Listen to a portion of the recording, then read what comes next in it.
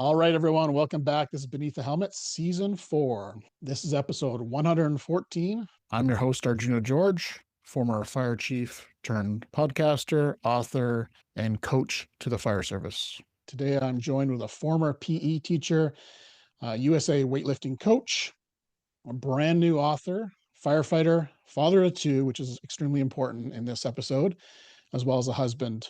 Welcome to the show, Matthew Cooper.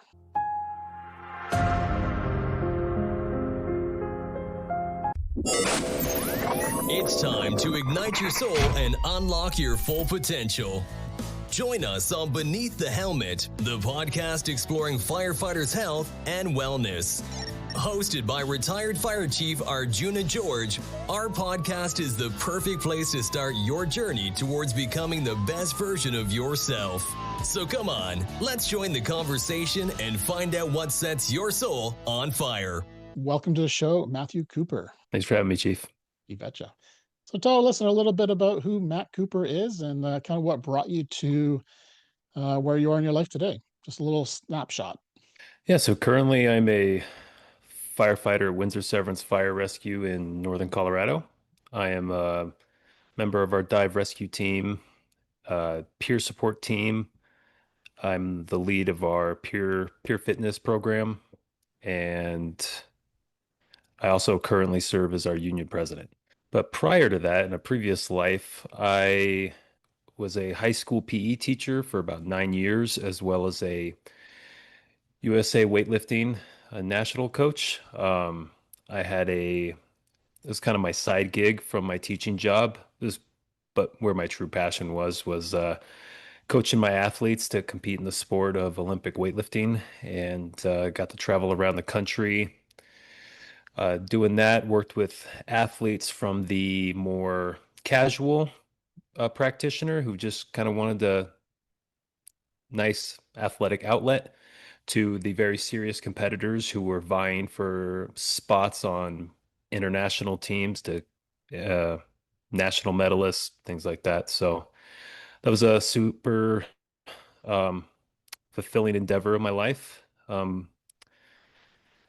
As time went on, though, I really felt like something was missing. If I'm being completely open and honest, I chose to be a PE teacher when I was 20 years old because I wanted to do something that would be easy, laid back, and fun. Um, and when I say that, it's not to discredit the profession of physical education. I think it's extremely valuable when it is done correctly. Um, and I feel I did do that over my 9 years. I'm proud of how I conducted myself in that position. But it got to a point where I didn't feel tested. I didn't feel skilled. Um, I lived in weight rooms. I taught weights classes at the high school. Then I would leave the high school and go coach my weightlifting team in the evening. Sometimes even before school, I would have a one-on-one training client and I would coach them. So I was just in weight rooms, and the only thing I knew how to do was effectively pick up a barbell.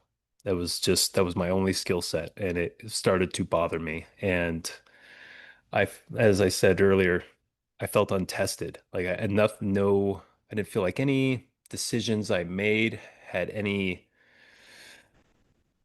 real impact on anything of substance. There was nothing truly serious at stake.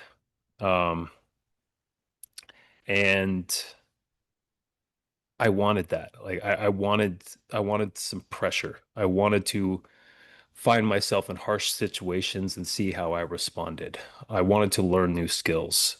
I wanted to be around other men and women that were, that would push me, that would teach me things. I wanted to be uncomfortable a little bit because I was very comfortable. There was, it was, you know, like I said, not much at stake. And that's what led me to the fire service. I come from a family of first responders. My dad is a retired police officer. My twin brother is a ER nurse and or cardiac ICU nurse now, I should say. And my older half brother has been a firefighter here in Colorado for yeah, I think coming up on 20 years. He's coming close to retirement here in the next few. So whenever I'd be at family functions and listening to those guys talk about this, stories from their jobs, even the really ugly, dark parts, I found I found myself jealous because I wanted to test myself that way. I wanted to face something like that and be able to respond with the same calm and equanimity that they did. And I craved that. And that's what led me to the fire service. In today's episode, we're going to dive into your new book and kind of the teachings that you kind of endeavored and kind of went through, challenged by getting to the point of writing this book. And the book, Letters to My Son, is kind of how we're going to frame this conversation today. So I'd love to hear how this book transitioned from what it was to a book and why you did that. Well, where to start? Mhm. Well, it started as I had heard about an LODD, um, where a firefighter had left a handwritten note for his son or for his children. I can't remember all the details of it or the name or anything like that, but I remember just that concept stuck out to me when I heard that, and it got me thinking, I should do that. I'm going to sit down and I'm going to write my son a note. And at the time, we just had the one child, our son, and I began writing. And a few pages into that, my hands cramping. I'm just like, this is miserable. I have so much I need to say. Okay, I'm gonna type it. So I got on the computer and I started typing, and then I felt unorganized. I had so much I wanted to say to him. And because I took the task very seriously. If I were to die tomorrow, what would I want my son to know? And if you are a father and you ask yourself that question and you take that as a call to action and take it very seriously, it can open up quite the flood of emotion and thought. And that's what it did for me. And as I'm typing, I'm like, you know what? I'm all over the place. I need to create an outline. And then I created an outline, and it became very clear that I was going to have something that would be like, wow, I'm going to have something that's about the size of a book here. After as time went on, talked to my wife, and the discussions were, well, is this something we keep private just for our family, or could maybe other people benefit from this? And ultimately, we settled on the latter, um, and looked into, different publishing companies and found one here not far from where I live and got the ball rolling that way. Um, it's I think what's gonna make or break this project is the fact that I think my heart's in it for the right reasons. This is not a, I have no illusions of this becoming a New York Times bestseller or trying, becoming a millionaire from this. That is not the purpose of this. This is number one, I'm trying to keep it light and keep it like a fun hobby, right? Not stressing over book sales and algorithms and, doing all that and trying to do that. But, most importantly, this is in honor of me and my son's relationship. It is to honor that. And hopefully it inspires other men who may be struggling with approaching fathership with the same level of earnestness and fidelity. I recall in the book there's quite a bit about sobriety and that whole journey, and I think we should kind of touch on that. Yeah. But I think it was pretty powerful the birthday um, of Hmm. your son, the first birthday. Do you mind sharing that Mhm. with the audience? How that kind of, because I think to me that sounds like the tipping point of a lot of things in your life, that day or those days leading up to Mhm. that day. I could be wrong, but Yeah. that's my sense was it was the tipping point. No, it was a big moment. Mhm. Um, yeah, so we'll back this up to 2020 COVID. Um, and I described this in the book as well. I was when I was younger, I got very mixed up in the party lifestyle, late teens, early 20s, just pretty shameful level of debauchery was enveloped my life, and that was just how I lived. Kind of got straightened up through my mid 20s, but my drinking then became, a rare social indulgence, but the intensity stayed there. It was like if I drank, I was really going to drink. Um, and then as time went on, frequency increased. Wouldn't call myself an alcoholic yet. And then 2020 happened, and I was still a high school PE teacher and a weightlifting coach. And what were the first two institutions that got shut down when COVID happened? It was schools and gyms. And for someone who already had a propensity to drink pretty heavily, to all of a sudden having all sense of purpose and productivity and all healthy habits and routines just snatched right from under him. It was it was quite jarring. Um and I just, and then we were told, it's just going to be like 2 weeks, guys, flatten the curve, we'll be back to normal. Well, as we all remember, that is not how that went. And so I was like, you know what? I'm going to treat this like a little vacation. I'm going to day drink. I'm going to have some cocktails. I'm going to sit in the hammock and just chill. Well, that went on for a long time. I became very addicted to alcohol. I could not relax without it. I began, and I apologize to everyone listening. I might get a little emotional at this part. So, uh, Do apologize. yeah, I was uh, I was lying to my wife. Um, she was very concerned. I'd brush her off, even get mean sometimes, like she was trying to control me when she was just concerned about watching her husband drink himself to death. And I began hiding it from her. And I still to this day can't bring myself to admit to her and my family how many times I was secretly drunk when they didn't know. Um, and then other times they would. Sometimes I had no shame. I didn't care about hiding it. Well, my son was born. Um, Drinking continued for a little while. And I kept hoping things like joining the fire service, or the birth of my son. I kept like hoping these externals would influence me to quit. I was like, I'm sure, like, hey, once this happens, I'll stop. And once this happens, I'll stop. Well, it didn't. Um, and then came my son's first birthday. It was a nice day. It's just one of those days where I had my water bottle with a secret cocktail in it. Um, no one was the wiser. I kept it under control. I wasn't, getting sloppy or anything, but I had a good, just steady drunk little buzz all day. Day went on without incident. Um, Stopped drinking late afternoon. Went to bed. Got ready to go on shift the next morning. But I woke up with this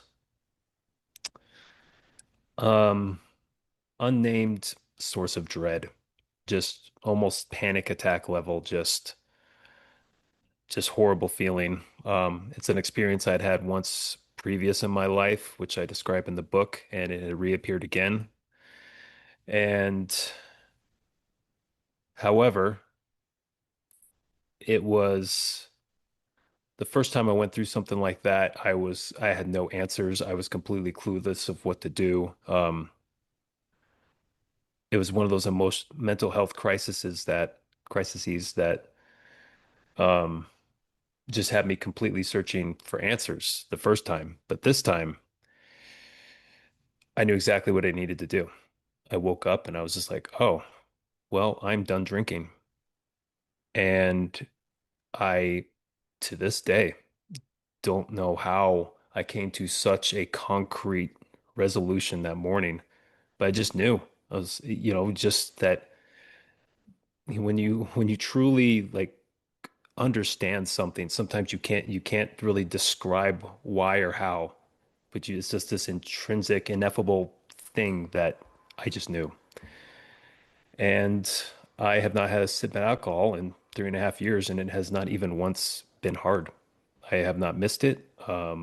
Just something was awoken in me that morning. I think it might be tied closely to the shame of being drunk at my child's first birthday party. And that was all it took. And like I said, sober ever since. Such a powerful story. Such a powerful story. Thank you for sharing that. Appreciate that. Hmm. So, how did quitting alcohol, and you also talked about social media as well as another kind of toxic input that you were getting. What did you see in your life that changed for the better? I'm assuming from stopping those two huge things that, honestly, everyone listening is probably either being affected by it or is dealing with them themselves. Yeah, I am still and probably always will be trying to understand the hole I was trying to fill with those inputs, with the alcohol and the excessive social media, but the the clarity and volume of my own thoughts uh became very apparent to me. And I will admit, at first it was overwhelming. It made me very anxious. It became very hard. It became very hard to just sit with myself. And I was so used to scrolling or drinking when I had downtime that now just sober, sitting here and just thinking had me like wound up. But with that came clarity, just the clarity to recognize what a problem that was. Like, man, I can't even just sit here and exist as a human being without this stuff. And actually, it's kind of counterintuitive, but actually, how hard that was strengthened my resolve to keep those things out of my life. It actually didn't tempt me to bring them back in because I realized what a problem that was. That, like, wow, the foundation, the foundational element of being a human being is to just be able to simply exist and think, and I can't do that without having a damn near panic attack. And so I need to have all these inputs through media and drinking this poison to numb my mind so I can chill out. It's so bizarre, but actually how hard that was made it easier to keep those things out because I it was shined a light on the problem. And I think that right there is kind of the zenith of this book. I had to write a book because I felt like my brain was going to explode because I just the thoughts started coming in, and instead of scrolling reel after reel after reel, and everyone listening knows what I'm talking about. You just sit there and just like 5 seconds, 3 seconds, two, just one after the other after the other. I replaced that time with reading philosophy and journaling and really exploring myself more and trying to get to it sounds so corny, but get to know myself so I wasn't so anxious being alone. I think you talk about the value of solitude. And there's a quote in the book that basically the answer you seek is in the silence that you're avoiding. Hmm. Why do you think so many people avoid silence? Like, what is it that is holding people back there? I think distraction is very, very comfortable, and I'm still guilty of it. I mean, and we all are. I mean, and I think maybe in some ways it's healthy to like watch a movie and distract yourself. That's completely reasonable. But I think with the popularity of social media and the and there's so many different options now. You got your Facebook and Instagram and TikTok, and within each of those you got your reels and you got your normal posts, and YouTube has become its own uh thing. I know many guys that are addicted to Facebook Marketplace, just mindlessly going through just stuff to buy, Yeah. you know, and Yeah. so, some people it's the, more sexualized content. And so this stuff is so prevalent and it's so easy. And like the moment you start feeling anxious or worried or wound up about anything, you have the cure in your pocket. You're like, oh, few minutes of this and I am numb. And that's easy. And that is very comforting. That can be very comfortable, but it is completely drowning our potential. And the reasons for it, who knows what it is. Everyone's got their demons. Everyone's got their personal flaws and darkness, what Carl Jung used to call their shadows, that they need to face. And it's a scary thing, and it takes some courage. And I think that's why people avoid it so much. I can't tell you, how many people I've heard in my life, and I'm sure you've heard from various people too, just like say like, I just can't sit still. Like I always have to be doing something, or I like the thought of just sitting alone in my thoughts makes my skin crawl. And I think a lot of times, in some weird ways, these things are propagated as virtues, as if like I always got to be doing something.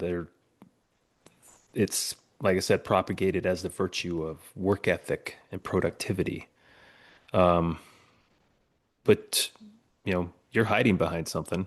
You know, I talk in the book about the thing that's these things that men typically hide behind. You got the more obvious things. You got the substance abuse and the pornography and gambling and debauchery and all those kinds of like real noticeable vices. But I think the more common one, at least around a lot of men that I know, is hiding behind useless work. And their homes are no longer these places of peace and rejuvenation and family and love and calm. They become this never-ending construction site. They look around their yard and their house and their garage, and they just find these quote unquote problems that they have to address right away. These things must be done because I'm a man and that's what men do. We stay busy, and we've been told since we were young, there's that old quote, idle hands are the devil's playground. So we can never be idle. We always have to be busy. And once again, it's that hiding behind that useless work, and that's displayed as the virtue of work ethic, but it's not. You're hiding behind something. There's you do not need to repaint all the baseboards in the house right now. You do not need to go rebuild the carburetor in that old Jeep that's been sitting in your garage for 10 years. Like it's just one thing after another, where I feel like men and especially their families are suffering from this because they don't have a truly present dad. They see a dad and he might teach them things to, be good with their hands and good with tools and do all these things. But kids need more than that. Our wives need more than that. We need Kids need their dads to like, hey, when you just come hang out with me, let's just some of the times I feel the most productive are when I'm just laying around on the carpet with my kid, goofing around with Hot Wheels, because I know that right there is the most important work. I'm not going to look back on this time in my life in 20 years and think back to all the little things that I need to get done around here. I'll get them done eventually. But right now, if like right now, if right, I'm staring out my backyard. I have this back step that's fallen apart, and I need to fix it. And one of these days, I'm going to tackle that project, and I'll probably include my son, who's 4 years old, and it's probably going to take 5 times longer than it should because I'm trying to teach him things, but I'll turn it into a meaningful experience with us. But I'm not going to prioritize that over the downtime that actually are the times that we'll look back on, and those are going to be the best times. And I'm sorry, I feel like I'm kind of going off on a rant, probably from your original Oh, question. I think it's all beautiful stuff you're sharing. I think it's stuff that Yeah. we all need to hear and be reminded of, right? Mhm. And I think being in silence is a challenge for a lot of people, like we've talked about. And I know it was a challenge for myself to kind of not always be doing, but actually time to think. You talk about self-interrogation as a way to self-reflect, introspection, but you have a bit of a twist Mhm. on that. Yeah. Well, there's what I call what you just said, self-interrogation, and then there's like passive introspection. And I think a lot of times we think about introspection and then we say, "Oh, I feel angry. So therefore, I'm going to act angry because I looked inward and my feelings are justified. This is what I'm feeling. And so I feel justified or maybe even empowered to lash out in anger because I'm angry." Whereas self-interrogation is going to be, "Oh, I'm angry. Why? Do I have a right to be angry? Am I actually the bad guy in this situation? What are all the catalytic events that led to this?" And God, 99 out of 100 times when I do that, I realize, yeah, I probably don't need to be angry right now.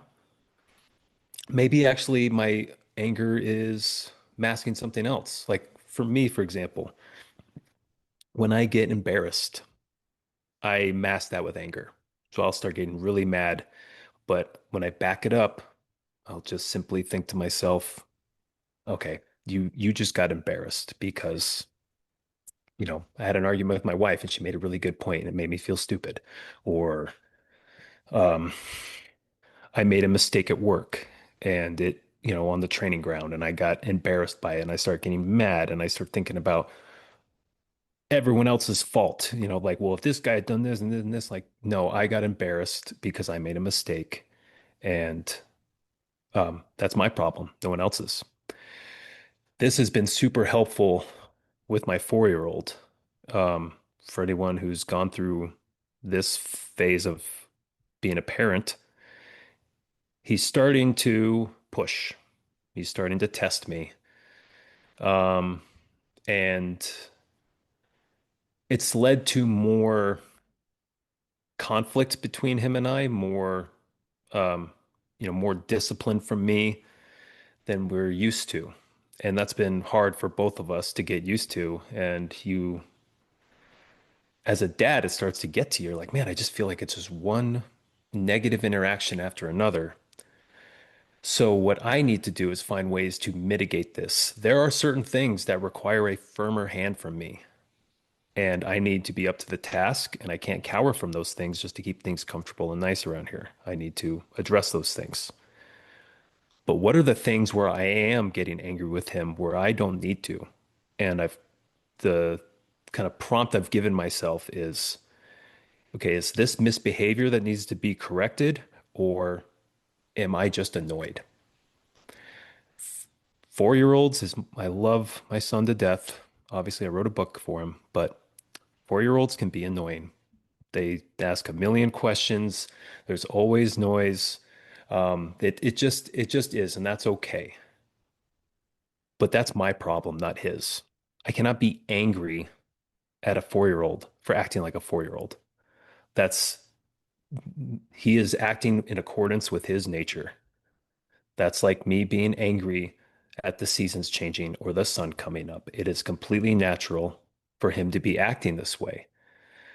And so I can't tell you how many times by interrogating myself, when I start feeling angry at my beautiful 4-year-old boy for simply doing things that 4-year-olds are supposed to do by having that prompt and taking a step back and thinking like, yeah, he's not doing anything that deserves any sort of indignation or anger from me, not even a redirection, because I'm simply letting him, I'm simply annoyed because he's being loud or doing, doing whatever. And that's my problem, not his. And so I think we can do a better job and be a little more aggressive with our introspection. And that's that self-interrogation where we don't just simply accept, oh, I feel this, so yeah, that must be justified. We never actually look at and think, what's causing this? And am I in the right here? And it and it all goes back to that seeking solitude. You'll never come to these answers if you never give yourself time to sit and think about these things. Like this whole misbehavior versus being annoyed thing, that came from a morning of journaling for 2 hours in the morning, just thinking through thoughts because my relationship with my son is important to me. And so I woke up in the silence, in the dark, and just just thought about it and just gave myself the room to think. I did no inputs. I wasn't listening to a podcast. Um, you know, nothing else going on around me except my own brain and me dumping thoughts out onto paper. And I came up with something that has vastly improved the relationship with my son because I came to a pretty serious revelation about myself. And this reminds me of a one of my favorite quotes is from a guy named Blaise Pascal, and he said this in 1654. And the quote goes, all of humanity's problems stem from man's inability to sit quietly in a room alone. And that was in 1654. Like what No social think media, no about, distractions. yeah, Yeah, yeah. he even realized then Mhm. the addiction to distraction. He saw this coming. And think about how much worse that problem has gotten, how much more pervasive our inability to sit quietly in a room alone has gotten, and how much untapped potential is being left because we're not accessing the full capacity of our brains or our emotions. We're just letting our minds and souls go stagnant, and just being rotted by useless content and substance abuse. And it's, you quit this stuff and you kind of take a step back. You quit the drinking and the partying and the social media, and you take a thousand look view of it and kind of see what's happening. And it's something out of like a sci-fi movie sometimes where people can't even watch a movie and let that be their sole focus. They have to have their phone with them too. Um, and so there's the inputs from the TV, then there's the inputs right here, and there's just always just two different sources of media coming at all times because heaven forbid at any moment an authentic or original thought creeps into your head, and we cannot be burdened with that kind of thing, so we just snuff it out with all this crap. And it's wild to watch. It's become, yeah, and I think everyone listening knows what I'm talking about. And I don't want to sit here and prop myself up like I'm some guru and I'm perfect in this. Like, yeah, I've been guilty of that. Um, but I think that awareness and understanding what's happening, like when I find myself now doing that, where I'll pull my phone out and I have that going on, I've trained myself to kind of quickly catch myself and be like, "Hey, are you watching this, or are you checking emails? Are you doing this? Or pick one. It's like such a simple thing. Or, hey, like everything you're ingesting right now is garbage. Get up and go read a book. Or go go for a walk. Go play with your kids. Or if you're at the station, go walk around the bay or go walk on the treadmill, or go tie knots, uh, Totally, totally. yeah, yeah, do something else. But yeah, it's Well, it resonates with me, but mine's a little bit, my story is a little bit different of like, I was a workaholic, and that was a mindset that I had to work day and night, 24/7, it felt like. And when I went on my leave and left the fire service, I realized that having some downtime and just sitting on the couch and watching a movie was okay. So a little bit different than you're describing is where you just veg out and that's how you waste your time.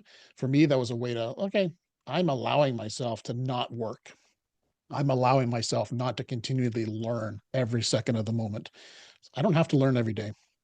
I don't hmm have to learn every second. I want to be better every day, but it doesn't have to be take up my whole life, because it was documentaries, it was reading, it was courses, it was everything to do with improving myself.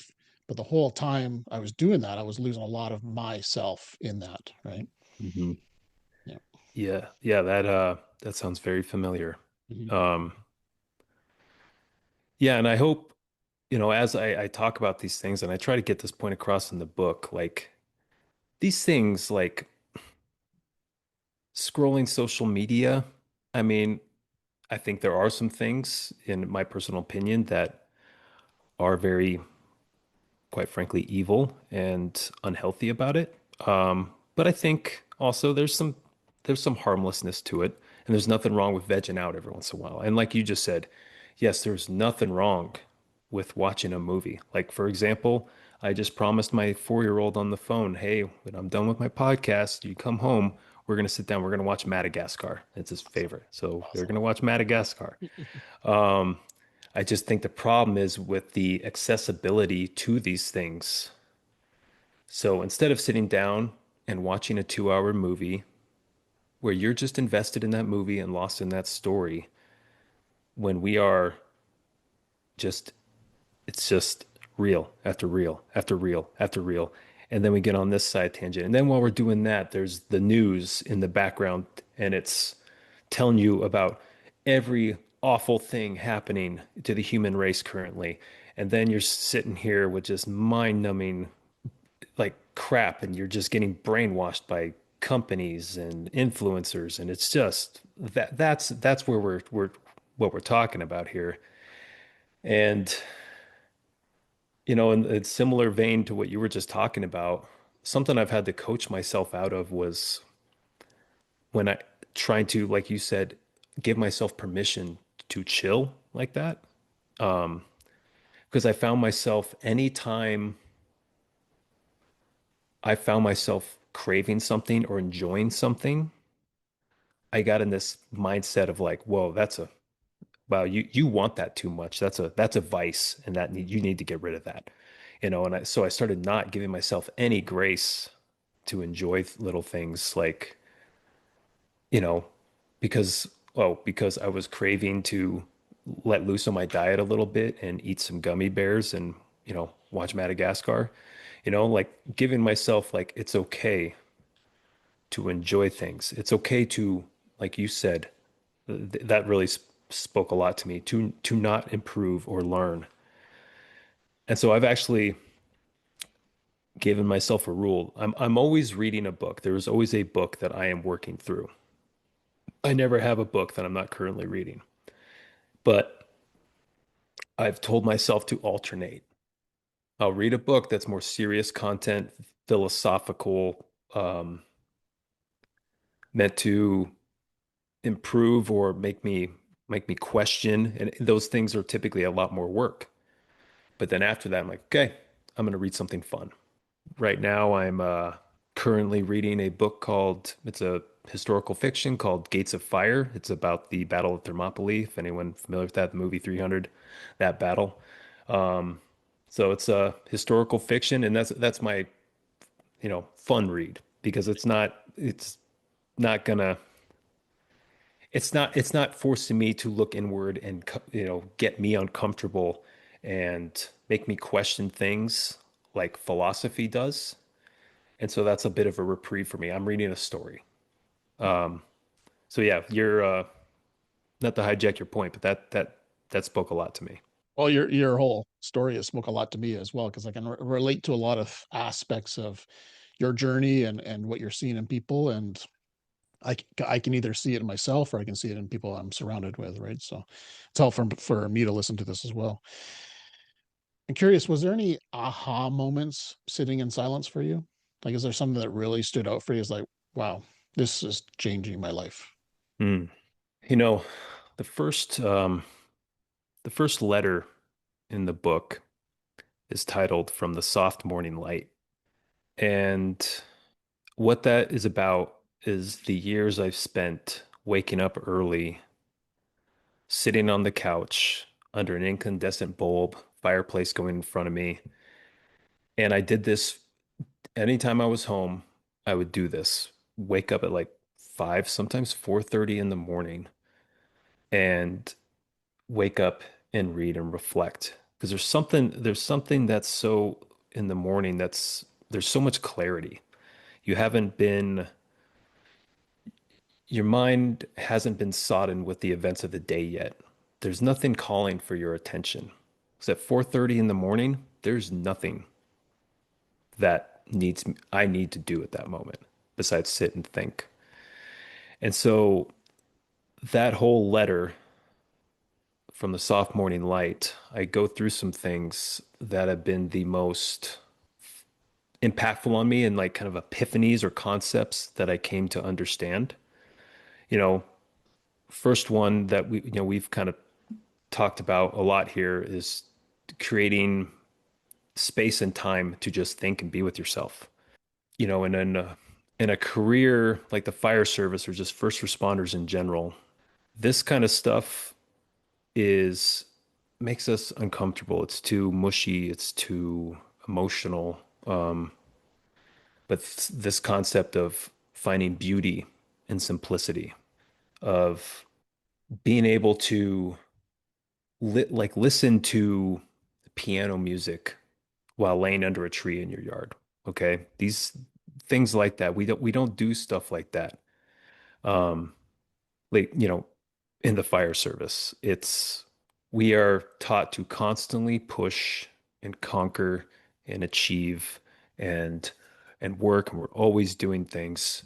And we never take time, especially like here in northern Colorado. For those of you who aren't familiar, the Rocky Mountains are 20 minutes, to the west of me. And we have Rocky Mountain National Park right there. The mountains are gorgeous. Um, but we're so jaded by them. We don't talk about them. We don't notice them. They're just kind of there, but man, every once in a while, I'll still stop. I'll pull over sometimes if I have time and just look at them because we're surrounded by so much beauty in Colorado. And it's everywhere. It can be not just physical beauty or nature, but the music we listen to. I have a pretty eclectic music taste. I don't have one type I listen to, but the music I listen to the most are just calm instrumentals. The piano, like finger style guitar. Um, Sometimes just I will literally walk around the station listening to ocean sounds. Um, and just being able to allow yourself and drop the bravado and allow yourself to openly enjoy those kinds of things. Um, in the letter from the soft morning light, and I talk about this beauty and simplicity section, I open that up by talking about this experience I had one day just laying in my hammock outside and just how long I spent in my hammock staring at this one leaf and the light shining through it. and it was almost like an X-ray into that leaf. And I remember just like, and I zoned out in this leaf for God knows how long. Just mind thinking about it, and I got literally like started visualizing all the microscopic stuff that was going on in there, and I realized just how perfect those kind of moments are. And we never allow ourselves to have them. We always are doing and pushing or ingesting, whether it's content or substances or, whatever it may be. But man, there is so much potential unlocked and so much peace to be gained by getting lost in these kind of meditative states, just looking at things that you find beautiful, whether it's literature or art or music or film or yeah, nature. I mean, these things are all around us and they're free. Animals, dogs, And yeah, cats. dogs, Yeah. animals, just yeah, there's just these simple, beautiful pleasures in life that we just kind of ignore because they're just so common. And I think we've become so, our brains have become so saturated with dopamine and thrill seeking and newness and novelty that anyone who finds extreme pleasure in those things is almost looked at with pity because they're like, oh, that person must lack options, or how to be so enthralled in something so feeble as staring at mountains or looking at a leaf. Like, what are you doing? Like, that's just, I don't think people can quite understand that because we've been so trained to do the latter or to do the opposite, I should say. Go fix those stairs. Go fix those stairs. Go fix those stairs. Yeah, exactly. Yeah, Yeah. these stairs right out here in front of me. Yeah. But Yeah. and it's so that's a big one, that a big Well, epiphany I've had. Um, Another big one is I title in the book "Do Good, Feel Good," and essentially pose the question: when we all get in these kind of funks sometimes where you're just kind of feeling, especially like for firefighters, right? We get off shift sometimes and just feel kind of just a subtle melancholy or just kind of down or, whatever it may be. Or maybe you're not a firefighter or a first responder and you're listening to this and we just get in these moods sometimes. I always ask myself, well, what have I done lately to feel good about? And sometimes I can identify things, but sometimes, and it kind of can pull me out of that, but sometimes I'm like, what? I need to get out in the world and I need to do good. I need to go out and treat someone well. I need to go talk to that stranger who's clearly craving a sense of companionship and talk to them a while. I'm going to compliment someone. Um, in the book, I talk about a story when I got off shift one day and I went for a walk. And on this walk, there was this old man trying to get his trash can from the street up to his garage. He had a cane and everything. So I helped him. And it's just, you get talking to, especially the elderly who can be lonely and they clearly just need someone to talk to. That was this moment. And so I had a couple options. I'm like, well, I can either just kind of dismiss and be like, all right, dude, I gotta go. I gotta go get to, you know, I gotta go get back to my couch feeling like shit, because I got stuff to do. Or I stood there and talked to him for a while, and I felt so that it made me feel so good to do that selfless thing to like, yeah, there's stuff I could have gone and done, and I could have gone and been more productive and fix the stairs and do all these things. But I felt so good that I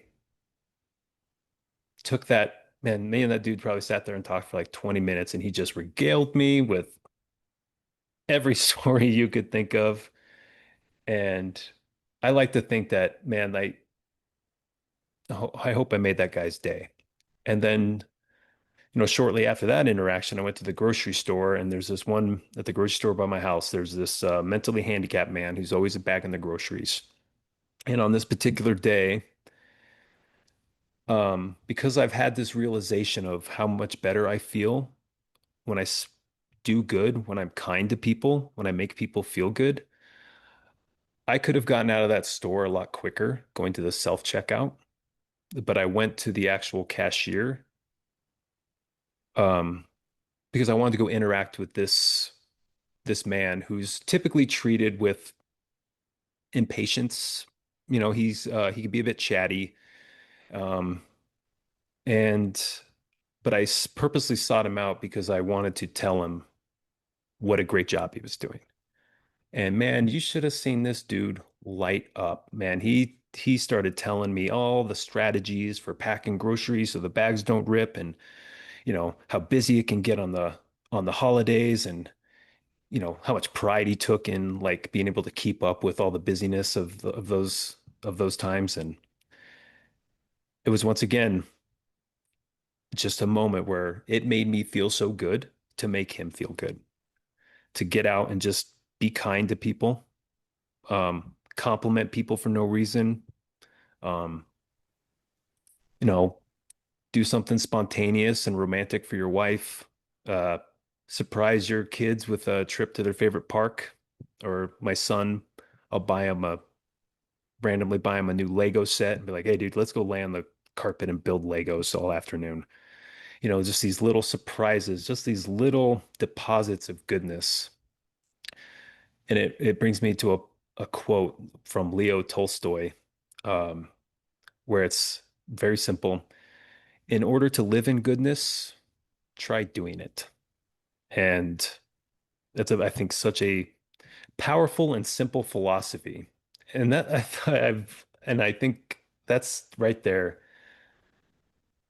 The power of philosophy is this stuff actually isn't that complicated. The true tenets of philosophy, um, and this level of introspection is actually addressing what I feel should be just the foundation of being a human being.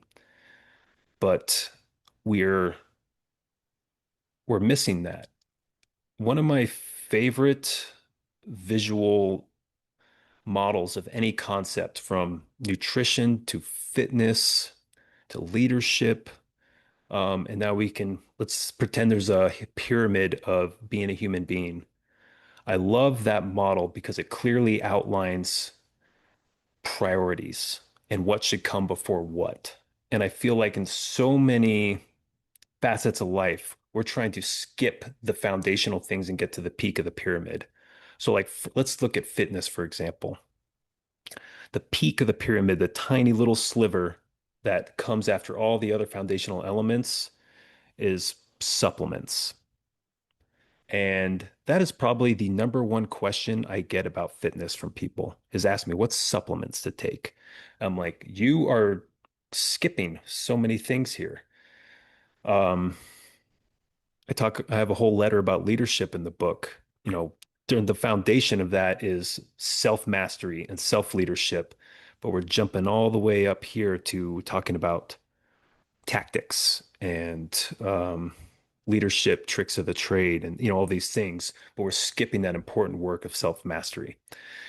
And I think just when it comes to being a person, you know, where philosophy addresses that foundation of understanding ourselves, um, controlling our urges, um, controlling our emotions, um, and just being, and it's so revolutionary, but it's so simple, to being kind to people, like intentionally being kind to people, not just like being polite and not being mean, but literally like making the decision, man, that person looks like they're having a hard time. I'm going to go and try and do something kind for them, whatever that might be. Um, and I think we miss a lot of this. And, you know, we talk about that being the foundation, and let's talk about the heaviness of this job, of any first job as a first responder. I feel like sometimes when it comes to firefighter health and wellness, we are too reactionary. whereas like, counseling and, EMDR, all these different techniques, they're all great. I use, I go see a counselor, you know, semi-regularly, once or twice, or once every other month, something like that. And I think that stuff's all great and very important. However, I think we need to get back to that foundation a little bit and be a little more proactive. Because if you have such a weak foundation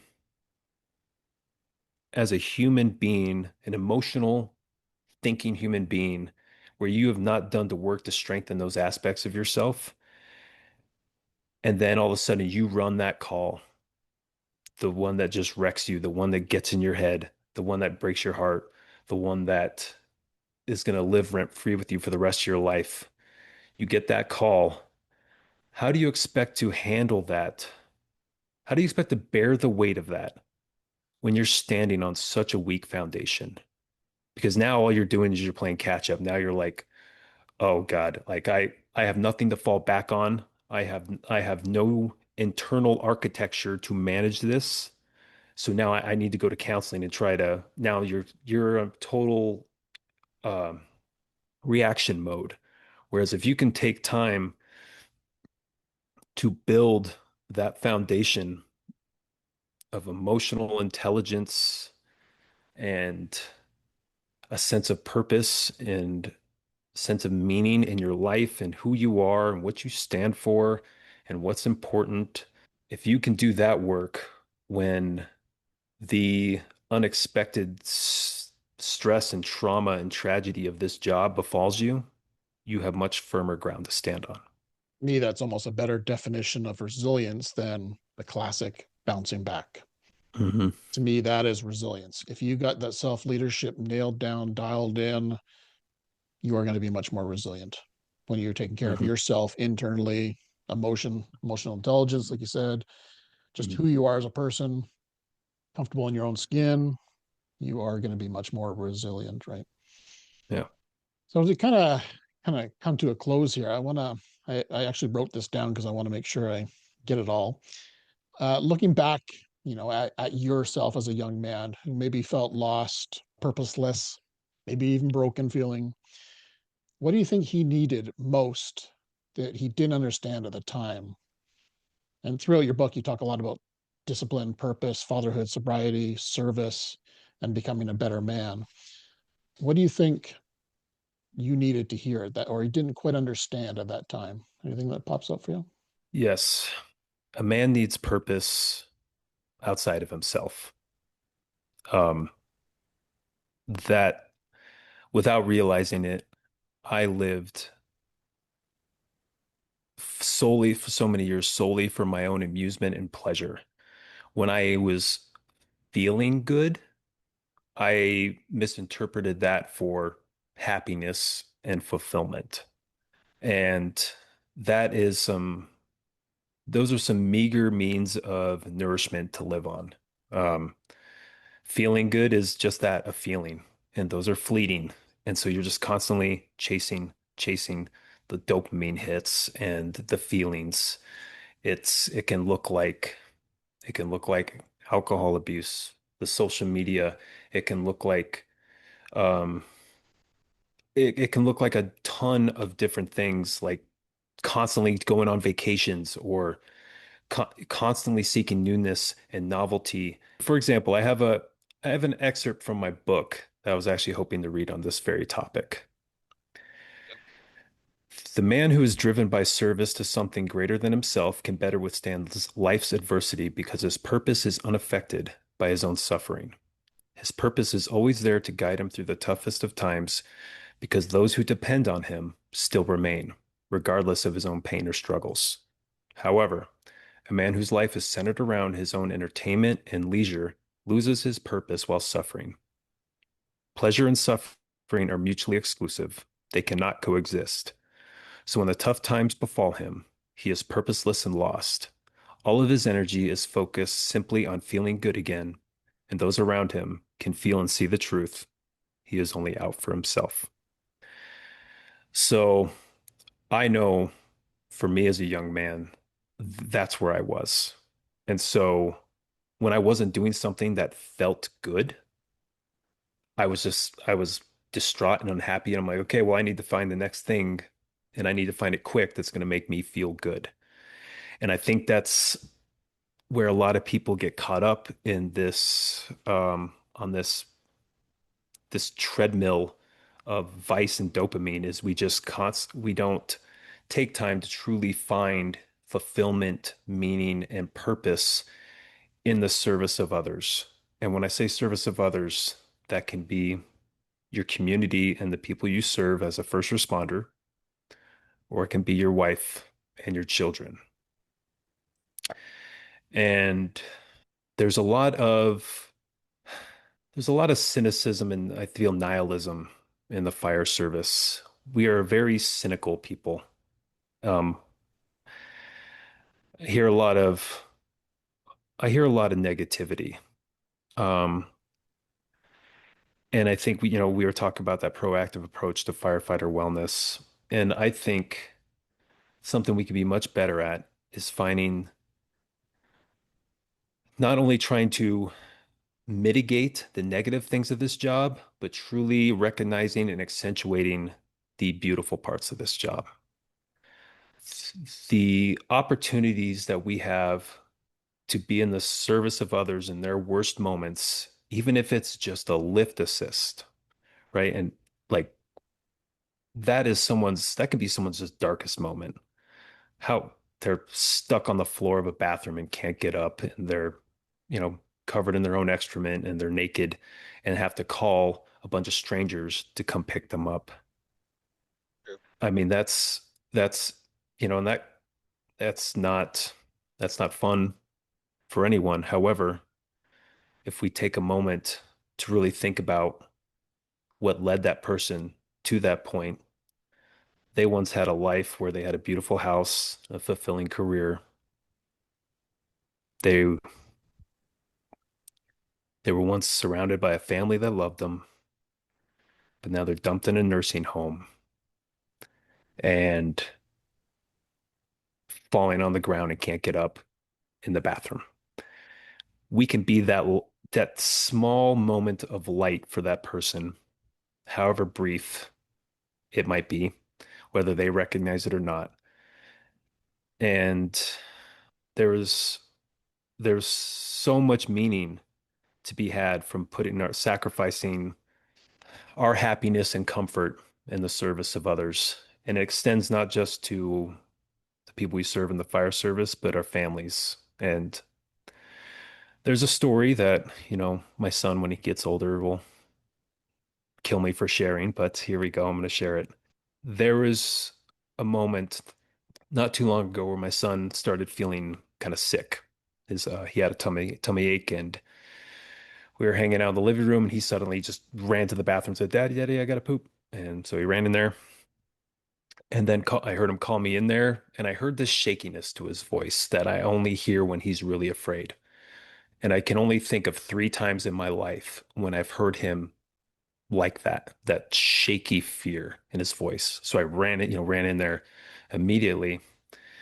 And essentially, he had kind of let everything go before he was fully on the toilet, and it made quite a mess. And he got it on his leg, and he was leaning his head into his arm, covering his face on the sink next to him because he was covered in his own poop. Now, this is one of those moments that often gets talked about in parenting circles with disdain or mocked by stand-up comedians. Um, However, this moment for me was one of the most beautiful moments I've had as a parent because of just how much I've learned a lot about myself in this moment. My son was so horrified, for whatever reason. He just thought he was going to be in trouble or he was ashamed or embarrassed. I don't know what, but he was so shaken by this to be covered in his own poop and just what had happened. He didn't understand it. And he was crying in his shaky voice and looking at me and he was apologizing. And I remember all I did was reach down and I grabbed him, and I was getting poop all over me, and I didn't care. And I remember thinking, I am so grateful that I get to be here right now. I'm so thankful that I get to be the one to respond to this, to walk him through this, that this moment can be a highlight of his life, not a low light. I hope one day he remembers how much fear and shame he felt,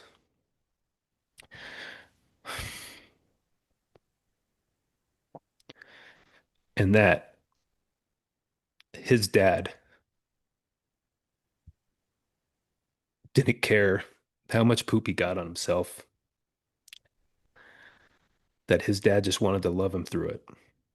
And I can't explain why that moment got to me so much, but it made me so happy that I was there. And I think we don't find the beauty in these kind of hardships enough, that I was not worried about my clothes that got ruined or all the other crap I wish I could have been doing, because I have trained my mind to find so much purpose in being in the service of my family, that there was this moment that might seem so simple and benign to some, but it wasn't to him. And I got to be that light in the darkness for him. Powerful, powerful stuff you're sharing here, my friend. Powerful stuff. Wow. Um, I want to wrap up with, is there anything that you wish I asked you that I haven't asked you? Hmm. I think maybe about my views on leadership. Oh yeah, let's hear your view on leadership, and I'm sure it has to do with some philosophy as well. Yes, I a couple great thinkers come to mind when I think about leadership. One is Seneca. He has a quote that goes, "The greatest empire is within us, that no one is fit to rule who is not first master of themselves." And that right there, I think, is where we miss the mark so often when we're talking about leadership. And it's a very important topic in the first responder world. There are so many books out there with the word leadership in the title. And let me preface this by saying I am not condemning leadership books when I say what I'm about to say. I'm sure many of them are quite good. And I think seeking the counsel and experiences and opinions of others is an important part of leadership development. However, if we go back to that pyramid model and we look at that foundation, and I think Seneca just hit the nail on the head. He was not fit to rule or lead, he was not first master of themselves. And we, I feel like we're missing the boat on that, and we're putting the cart before the horse. And we want to jump to that peak of the pyramid. We want to read the books from Navy SEALs. We want to go listen to the TED Talks by billionaire CEOs and FDNY fire chiefs, and do all those things because those are much more entertaining and easy and accessible. But the hard thing, and the thing that takes more time, is to build your character and make sure that you are a good man worth following. And once again, it sounds like maybe such a basic and elementary concept, but I feel too often we just get so caught up in the word leadership and leadership styles and leadership tactics and fireground tactics and all these different things, without going down and asking ourselves, like, am I a man of conviction, or am I a hypocrite? Am I a good man, or am I a tyrant and a coward? I mean, these things, like, that we need to, that self-interrogation, we need to come back to that without jumping straight to strategies and tactics and leadership styles, or directly mimicking the leadership styles of others without organically building our own flavor. And there's an analogy I use in the letter about leadership where I talk about the pickup artist craze of the early 2000s. I don't know if you remember this. Do you remember the whole pickup artist phenomenon back in the early 2000s? There was like a reality TV show, and yeah, and maybe it's more of an American thing. But well, I'll give you a brief history of it. There was this big craze in the early 2000s where there was the pickup artist craze, where it was essentially teaching men strategies and tactics for getting women to sleep with them. There were books and conferences. And like I said, there was a reality TV show where these guys, and they would have hidden cameras and go into bars and try and pick up women. It was one of the most pathetic things I've ever seen. Even when at this time I was like an eighth grader, and I remember thinking like, God, this is weird. But so instead of these men looking inward and trying to figure out what is it about me that I can improve to make myself a more desirable mate to females, they said, you know what? I'm perfect. Women are the problem, so I'm going to learn all the strategies and tactics and posturing to try and fix their flawed perceptions of me, you know? And so they opted for that. The tips and tricks and strategies and tactics of picking up women rather than looking inward and making themselves more desirable. And I feel like there's a similar philosophy being put into place in leadership development. We're not looking inward and thinking, what is it about? What can I do with myself to make me a man worth following? Am I a man of character? Because if we all think about the greatest leaders that we've had in our lives, they were never like, I will guarantee you're not thinking of like, oh yeah, his leadership style was this, and he had these great leadership tricks, and like, man, he could recite all of our department's SOPs at the drop of a hat. That's not what we think about. We're like, man, that guy, that was a good man. He empowered me. He motivated me. He led by example. I wanted to be like him. I wanted to do things the way he did them, both on the fire ground and off, or whatever your arena is. Those are the good leaders we remember. And we are we are losing sight of that because the amount of just forgive my phrasing, leadership porn that's out there that we're just constantly ingesting um, is is what we think is leadership development. But once again, we're skipping the foundational elements of that pyramid and jumping right to strategy and tactics, but not that self mastery. Yeah, self leadership. I didn't even know it was a thing. And I've been studying leadership for the last 2 decades. And I always learned about leading others, but never about leading myself until the last couple of years when I really started concentrating on leading myself, right? So, such a important Mm-hmm. topic you brought up there. Thank you. Appreciate that. How can people get a hold of you if they want to get a hold of you, learn from you? And where can they find your book if they want to pick up a copy? Yeah, so my book is currently live on Amazon. The full title is In Case I Don't Come Home, Letters to My Son.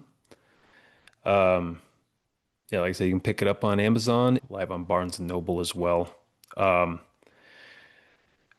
you can shoot me an email at booksbymcooper@gmail.com. My publisher also created a author website, mattcooperbooks.com.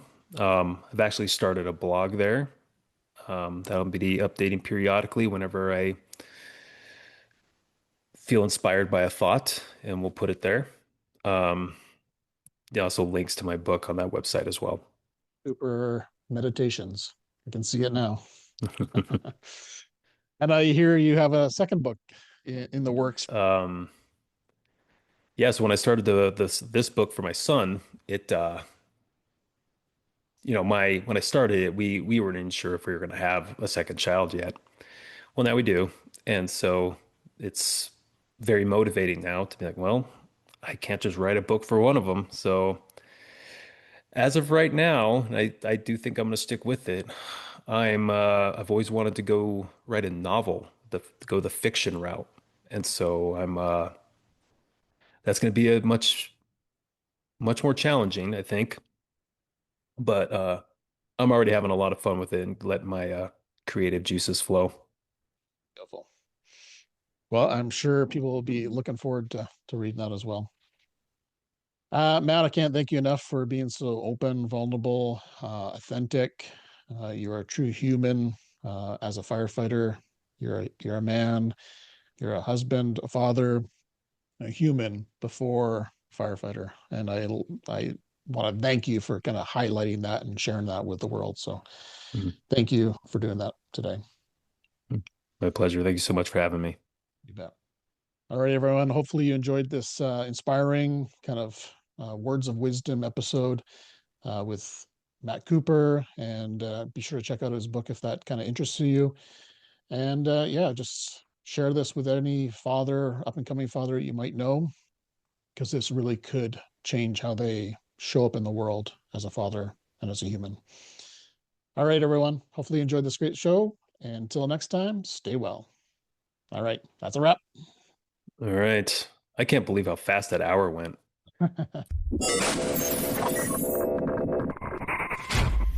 Thank you for tuning in to Beneath the Helmet. We hope that this podcast has provided you with valuable insights into the world of firefighters' health and wellness.